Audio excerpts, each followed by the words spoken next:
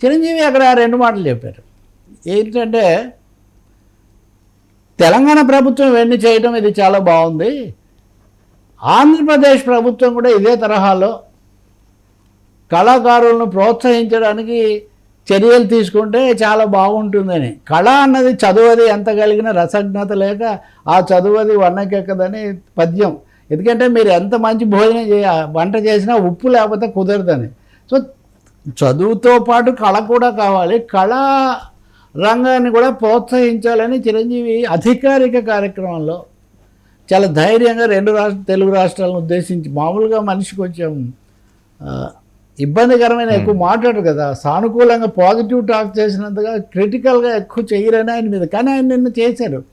పై అక్కడ తమ్ముడే ఉప ముఖ్యమంత్రి, నటుడు, ఆయన స్వయంగా ఆ శాఖ కూడా జనసేన వాళ్ళ ఆధ్వర్యంలోనే ఉంది వాస్తవానికి. అయినా కానీ ఆయన చెప్పారు. ఆశ్చర్యం ఏమంటే ఇక్కడ చదువును ప్రోత్సహించడానికి తను శ్రద్ధ తీసుకుంటారని చెప్పడంతో పాటు కళలను ప్రోత్సహించడానికి కూడా ప్రభుత్వాలు ముందుకు రావాలని చెప్పడం నిజంగా ఇది చాలా అభినందనీయమైన ఆసక్తికరమైన అంశం.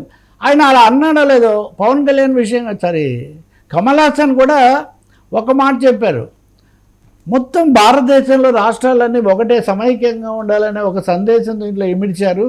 నేను నా 17వ ఏట బుద్ధిమంతుడి సినిమాలో నాగేశ్వరరావుకి అందులో అసిస్టెంట్ డైరెక్టర్గా పనిచేయడానికి వచ్చాను, 17 నుంచి 70 వరకు నేను సినిమా రంగంతో కొనసాగుతున్నాను అని చిరంజీవి గారు నిజం చెప్పేస్తున్నాను సార్ 70 అని మేము 99లో కూడా చేశారు కదా 70 అప్పుడు.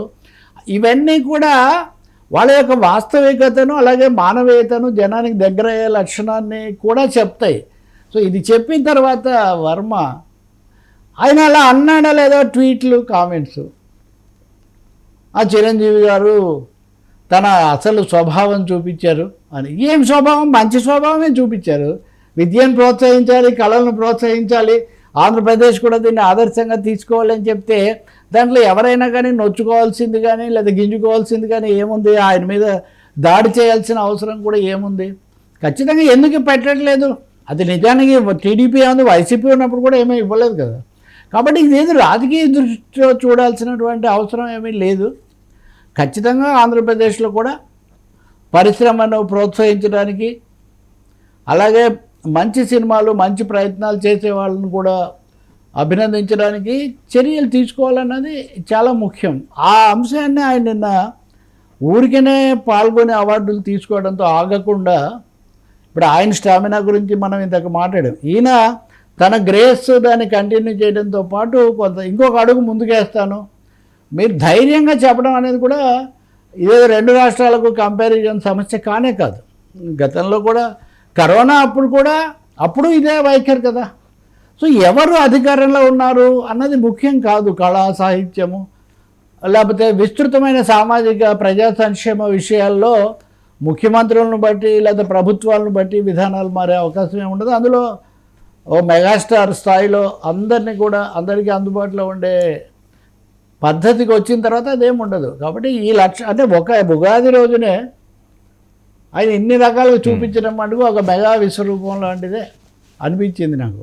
ఆయన సరదాగా నాకు పరాభవ సంవత్సరం కదా, చిరాభవ అనిపించిందంటే ఆయన వెంటనే చాలా సంతోషంగా కూడా సమాధానం ఇచ్చారు. తన మీద నాకు జోక్ కూడా వేసుకున్నారు. నేను ఆ జోక్ ఇక్కడ పంచుకోవట్లేదు కానీ బట్ ఈ లక్షణం సేవా లక్షణం మటుకు ప్రోత్సహించదగిన రీడిస్కవరింగ్. నేను ఇందాక పవన్ కళ్యాణ్ గురించి చెప్పాను. ఇప్పుడు మీరు మనశంకర వరప్రసాద్ చూస్తే కూడా రీడిస్కవరీ మీకు కనిపిస్తుంది. టేకన్ ఫర్ గ్రాంటెడ్గా నాకు చాలా ఇమేజ్ ఉంది అదే అని కాదు. ఒక శంకర వరప్రసాద్ అంతకుముందు శంకర్ దాదా తీసినప్పుడు ఏ విధంగా అయితే ఆ పంచులు అవన్నీ చెప్పడానికి ఏ విధమైన టైమింగ్ తీసుకున్నారో అంతా ఇక్కడ కూడా కనిపిస్తుంది. కాబట్టి తప్పకుండా అభినందనీయమైన విషయం. ఇది గరికపాటి గారికి కూడా, గరికపాటి విషయంలో కూడా చూసాం. చిరంజీవి గారే ఎంతో అప్పుడు కూడా ఇది చిరంజీవి గారు నేను చెప్తున్నాను మొహమాటం ఏం లేదు, మీరు ఆ ఫోటోలు ఆపేసి ఇక్కడికి రండి అంటే చాలా మౌనంగా వచ్చి ఆయనకు సహకరించారు. కానీ ఆయన సెన్స్ ఆఫ్ హ్యూమర్ ఎలా ఉంటుందంటే ఆ తర్వాత ఒక బుక్ ఫంక్షన్లో పాల్గొంటున్నారు, అందరు ఫోటోల కోసం వస్తున్నారు, తప్పకుండా వారు లేరు కదా అన్నాడు. పేరు గిరి ఏమి తీయకుండా, సార్ మొహమాటం లేకుండా చెప్పండి, నిజం చెప్పండి. మొహమాటం లేకుండా చెప్పడం అన్నది నిజం చెప్పడానికి వర్తిస్తుంది, కానీ చాలా అర్థం లేనటువంటి విషయాలు, సామాజికంగా అభివృద్ధి నిరోధకమైన విషయాలు, పిల్లలకు తిండి పెడితే శోభనం పెళ్లి కొడుకులతో పోల్చే విషయాలు వీటికి కాదండి. తప్పకుండా దీన్ని మార్చుకోవాల్సిన అవసరం ఉంది. సో కంట్రాస్ట్ ఇవి రెండు నాకు మొన్ననే మనం మాట్లాడాం కదా. సో చాలా విద్యా పాండిత్యం ఇవన్నీ ఉన్న వ్యక్తి ఏమో పిల్లలకు చదువులు తిండి పెట్టవద్దు అంటున్నాడు. నాగేశ్వరరావు కూడా నేను చదువుకోలేదు అందుకని నాకున్నది ఇస్తానని ఆంధ్ర యూనివర్సిటీకి డొనేషన్ ఇచ్చి సెనేట్ మెంబర్గా చేరి ఏఎన్ఆర్ కాలేజీ పెట్టి ఇవన్నీ కూడా చేశారు. సరే వీడు చదువుకున్నారు అనుకోండి. కాబట్టి ఇక్కడ నేర్చుకోవాల్సింది ఏంటంటే పండితులు అన్న వాళ్ళు పిల్లలను చదువులను ప్రోత్సహించాలి, కానీ లేదు మనకు వచ్చిన స్పందన అనేది దానికి ఒక ఉదాహరణ. ఇప్పటివరకు మార్చుకోలేదు, అది నా ఉద్దేశం. కనీసం ఇది విన్న తర్వాత అయినా మనమేమో ఆయన వినేటంత గొప్పవాళ్ళం కాదు. ఎందుకంటే ఆయన చెప్పిన దాంట్లో ఒకటి చెప్పాడు, అందరూ నన్ను ఫాలో అవుతుంటారు కాబట్టి చెబుతున్నానని.